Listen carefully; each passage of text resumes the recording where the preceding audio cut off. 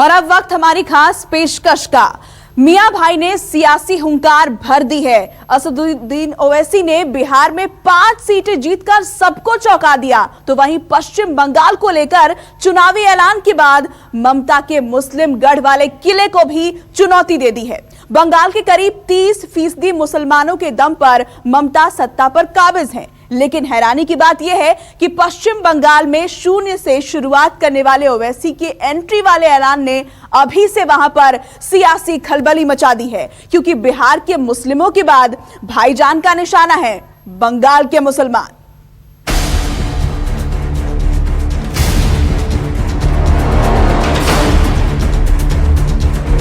लड़ना तो पड़ेगा, लड़ेंगे, बंगाल लड़ेंगे। बिहार में एनडीए की विजय, अब बंगाल में किसकी जय जय।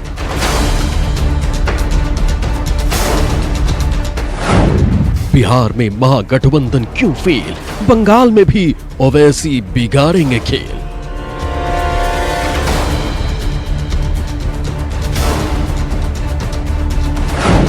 बिहार में ओवैसी को मिला मुस्लिमों का साथ। अगर कोई ये समझ रहा है कि भारत में सीमांचल का वोटर किसी का गुलाम है या नौकर है, तो हम उसके जहन के जालों को साफ कर दिए। अभी वोटर सुप्रीम है, वोटर किसी का होस्टेज नहीं है। जो किसी को पसंद करेगा उसको वोट देगा। अब बंगाल में भी मुस्लिम थामेंगे ओवैसी का हाथ। हम आ रहे बंगाल को, आ रहे बंगाल को, आ रहे अब बराबर आएंगे बंगाल को। बिहार में एआईएमआईएम की वजह से तेजस्वी के हाथ से फिसली सत्ता।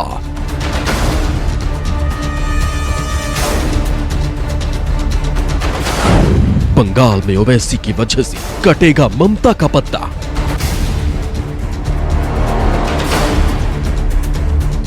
बिहार के चुनाव नतीजों ने महागठबंधन को जितनी मायूसी दी है, उससे कहीं ज्यादा खुशी एआईएमआईएम को दी है, क्योंकि असदुद्दीन ओवैसी की पार्टी ने सीमांचल में चुनाव लड़कर करीब 1.5% वोट हासिल किए।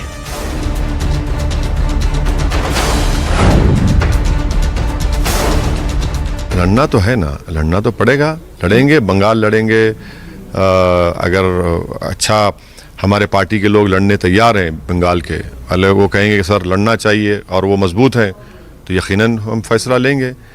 यूपी तो लड़ेंगे 22 में, उसमें कोई पीछे हटने का सवाल ही नहीं है, लड़ेंगे। महाराष्ट्र में भी तो है, हमारा ऑर्गेनाइजेशन अच्छा काम कर रहे हैं, तो लड़ना जरूरी है। देखिए, पॉलिटिकल पार्टी नहीं लड़ेगी तो क्या करेगी पॉलिटिकल पार्टी। बिहार के सीमांचल से एआईएमआईएम ने 5 सीटें जीती हैं। इस जीत पर चुनावी एक्सपर्ट्स का मानना है कि ओवैसी की पार्टी ने सीधे तौर पर महागठबंधन को नुकसान पहुंचाया है। ऐसा इसलिए क्योंकि एआईएमआईएम ने जो सीटें जीती हैं, उनमें से 3 सीटें कांग्रेस के पास और 2 आरजेडी के पास थी। इसी छोटी सी जीत पर ओवैसी पश्चिम बंगाल में बड़ा खेल करने की उम्मीद कर रहे हैं। हम आ रहे बंगाल को, आ रहे बंगाल को, आ रहे अब बराबर आएंगे बंगाल को। मुर्शिदाबाद भी जाएंगे, मालदा भी जाएंगे, दिनाजपुर जाएंगे, सब जगह जाएंगे। अधीर रंजन चौधरी क्या ठेका लेके बैठे हुए मुसलमानों का? अधीर रंजन चौधरी को बताना चाहिए कि अपनी कॉन्स्टिट्यूंसी में मुसलमान इतने बुरे हाल में क्यों है। पश्चिम बंगाल में ओवैसी की पार्टी ने होमवर्क शुरू कर दिया। एआईएमआईएम के कार्यकर्ता लगातार उन क्षेत्रों में पहुंच रहे हैं जहां मुस्लिम वोटर्स की संख्या ज्यादा है। ओवैसी की पार्टी पश्चिम बंगाल के मुस्लिम बहुल्य क्षेत्रों में जितना मजबूत होगी, उतना ही टीएमसी, कांग्रेस और लेफ्ट को नुकसान होगा। बिहार में 5 सीटें जीतने वाले ओवैसी की पार्टी ने बड़ा सियासी खेल रच दिया है। भले ही एआईएमआईएम के 5 विधायक हो और उसे 1.5% वोट मिले हो, लेकिन ओवैसी और उनकी पार्टी का मुस्लिम वोट बैंक को लेकर आत्मविश्वास काफी बड़ा है। बिहार के सीमांचल में ओवैसी की पार्टी ने मुस्लिमों का विश्वास तो जीता ही है। अब ओवैसी की पार्टी पश्चिम बंगाल में ममता सरकार की मुश्किलें बढ़ाने वाली है, क्योंकि वो तृणमूल कांग्रेस के ही वोट बैंक में सेंध लगाने का काम करेगी। पश्चिम बंगाल में बड़ी पार्टी न होने के बावजूद बिहार के नतीजों ने अचानक ओवैसी की पार्टी को टीएमसी और कांग्रेस मुस्लिम वोट बैंक के लिए खतरा मान रही है। इसकी वजह आपको बताते हैं। AIMIM मुस्लिम वोट बैंक ही आधा, TMC कांग्रेस मुस्लिम वोट बैंक पर निर्भर, AIMIM मुस्लिम वोटों पर जोर, TMC कांग्रेस मुस्लिम वोट बिखरे तो नुकसानदेह, AIMIM मुस्लिम वोट बैंक 3 हिस्सों में बांटेंगे, TMC कांग्रेस मुस्लिम वोट घटेंगे तो NDA को फायदा। आज के दिन में भाई तेजस्वी जी की पार्टी वो सिंगल लार्जेस्ट पार्टी है, बावजूद ब्रांड मोदी के, बावजूद नीतीश जी के काम के। तो यहाँ पे जब बंगाल में आते हैं तो वहाँ पे तो आपके पास एक CM चेहरा भी बीजेपी के पास फिलहाल नहीं है। मोदी जी चीफ मिनिस्टरशिप पे मुझे नहीं लगता कि आने वाले हैं, ना अमित शाह आएंगे, तो नेता कौन होगा? बिहार के बाद पश्चिम बंगाल में ओवैसी के चुनावी ऐलान ने ममता खेमे में खलबली मचा दी है। इसकी एक ही वजह है कि ममता की पार्टी को मुसलमानों का बड़ा समर्थन हासिल है, इसलिए CAA और NRC जैसे मुद्दों पर उन्होंने खुलकर केंद्र सरकार का विरोध किया था। मोदी सरकार के तमाम फैसलों के खिलाफ जाकर ममता ने मुस्लिम वोट बैंक को साधने के लिए कई आक्रामक बयान भी दिए, लेकिन ओवैसी की एंट्री से ममता का मुस्लिम वोट बैंक वाला किला असुरक्षित होने लगा। ममता चिंतित होंगी, ये उनका मामला है, लेकिन हम इस पे चिंतित हैं कि बिहार के अंदर अगर हमारी परफॉर्मेंस अच्छी होती तो निश्चित तौर से सरकार बनती। और बंगाल में सर कांग्रेस क्या करेगी?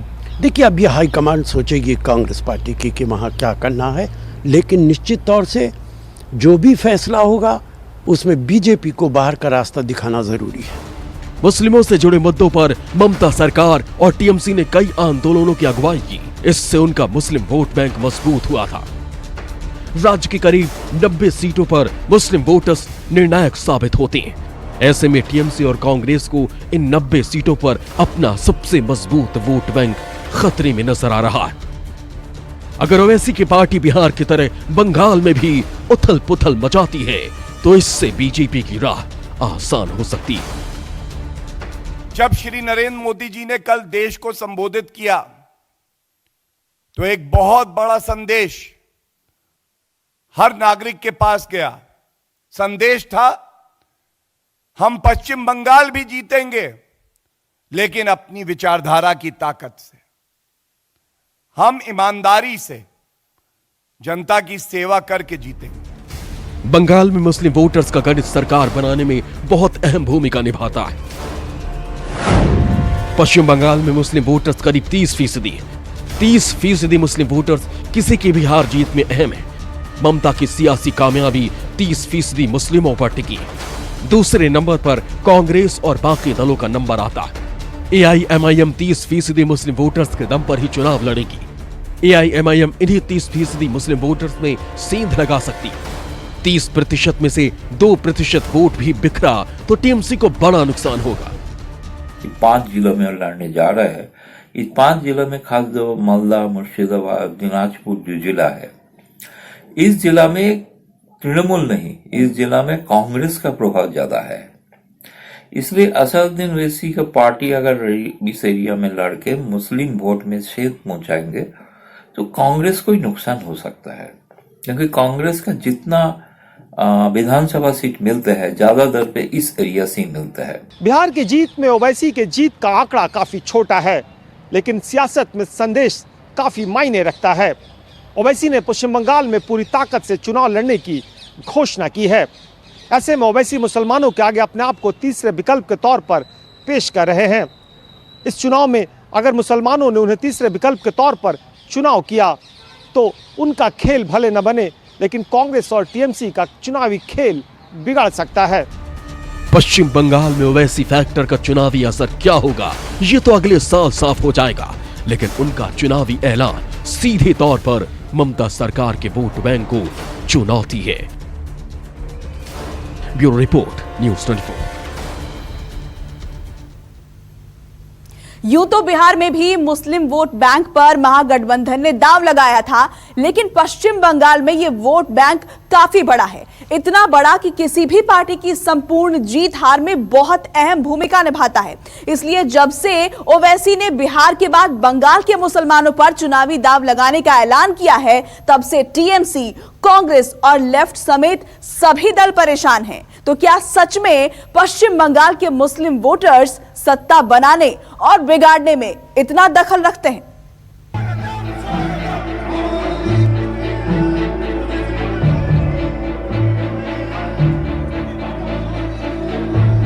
पश्चिम बंगाल में शून्य से शुरुआत करने वाले असदुद्दीन ओवैसी की पार्टी का कोई व्यक्तिगत जनाधार नहीं है, लेकिन बंगाल के चुनावी खेल में उनका हर कदम टीएमसी, कांग्रेस और लेफ्ट के राजनीतिक हालात को बदलने का काम करेगा।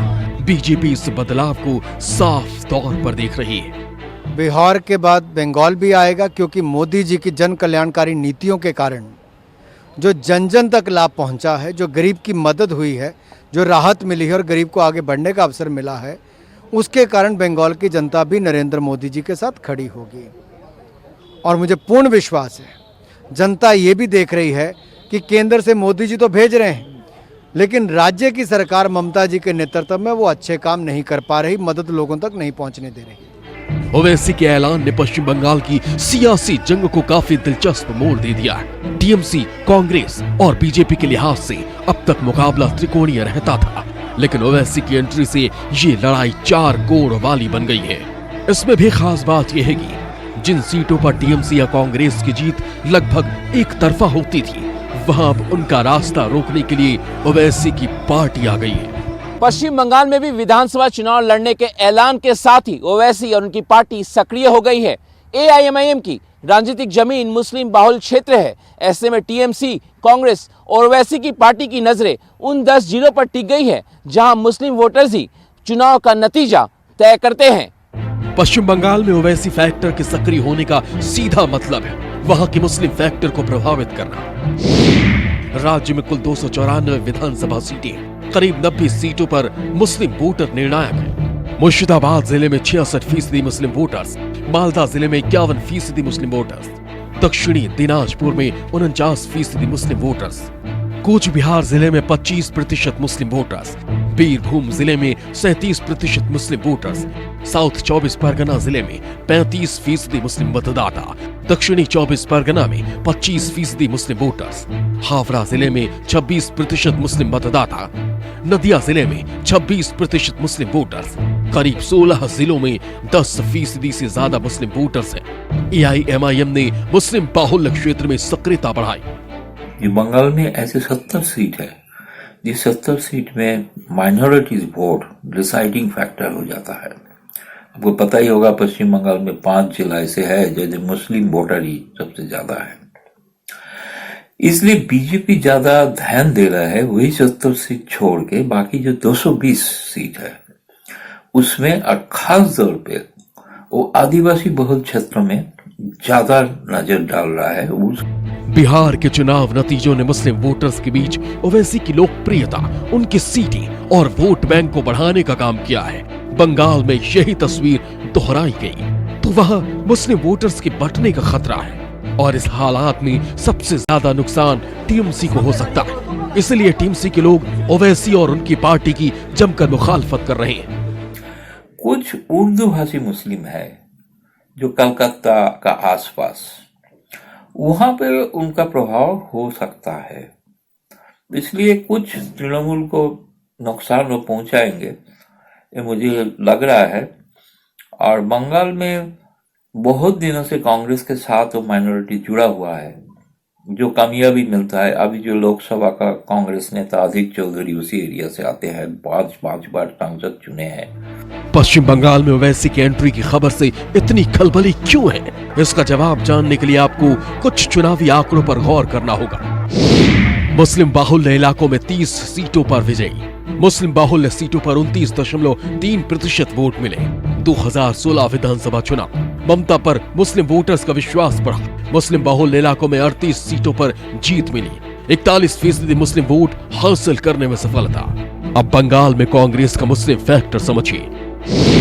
2011 विधानसभा चुनाव, मुस्लिम बहुल इलाकों में 16 सीटें मिली, मुस्लिम बहुल इलाकों में 14.4% वोट मिले।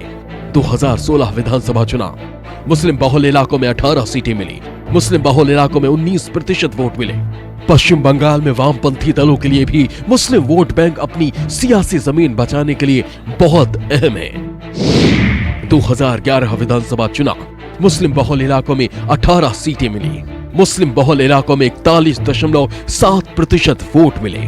2016 विधानसभा चुनाव, मुस्लिम बहुल इलाकों में 8 सीटें मिली। मुस्लिम बहुल इलाकों में 24% वोट मिले। बिहार का जो मुस्लिम है, बंगाल का मुस्लिम, उसको कल्चरली डिफरेंट है। बंगाल का मुस्लिम, जिसको कहा जाता है बंगाली मुस्लिम, उसको अब देखने से पता ही नहीं चलता है कि वो हिंदू है ना मुस्लिम है।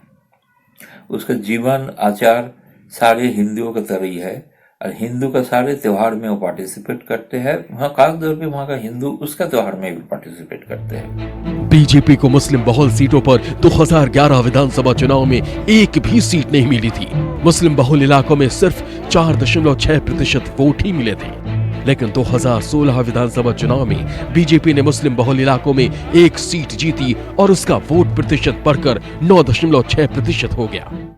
नमस्कार, मैं हूं मानक गुप्ता। अगर आपको हमारा ये वीडियो पसंद आया हो तो इसे लाइक और शेयर जरूर करें और हाँ, हमें सब्सक्राइब और फॉलो करना ना भूलें ताकि आप देश और दुनिया की कोई खबर मिस ना करें। तो जुड़े रहिए हमारे साथ और देखते रहिए न्यूज़ 24।